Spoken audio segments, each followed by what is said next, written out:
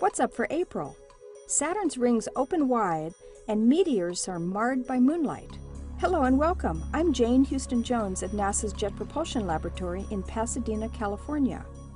Bright golden Saturn rises in the late evening, early in the month. Look low in the southeast below Virgo's bright star Spica.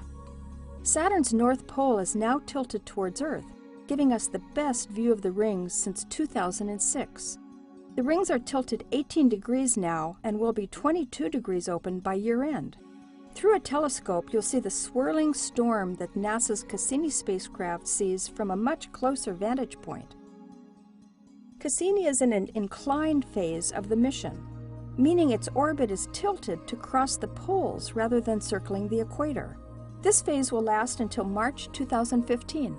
The inclined phase will give us polar views of Titan, Saturn's largest moon, and Saturn itself, plus better vistas of Saturn's rings. In April, Cassini makes its 91st flyby of Titan, this time making a detailed sampling of the atmosphere. Here's a roundup of viewing events to mark on your calendar. On April 4th, Comet Pan-STARRS passes by M31, the Great Andromeda Galaxy. It will be visible only through telescopes, if at all.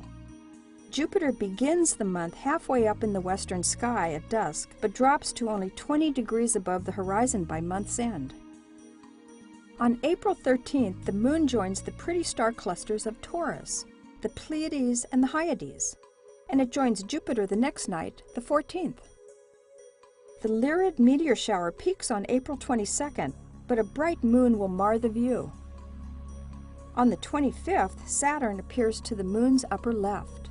After opposition on April 28th, when it's closest to Earth, Saturn will be at its brightest and biggest through a telescope in the early evening. You can learn more about the Cassini solstice mission at saturn.nasa.gov, and you can learn about all of NASA's missions at www.nasa.gov. That's all for this month. I'm Jane Houston Jones.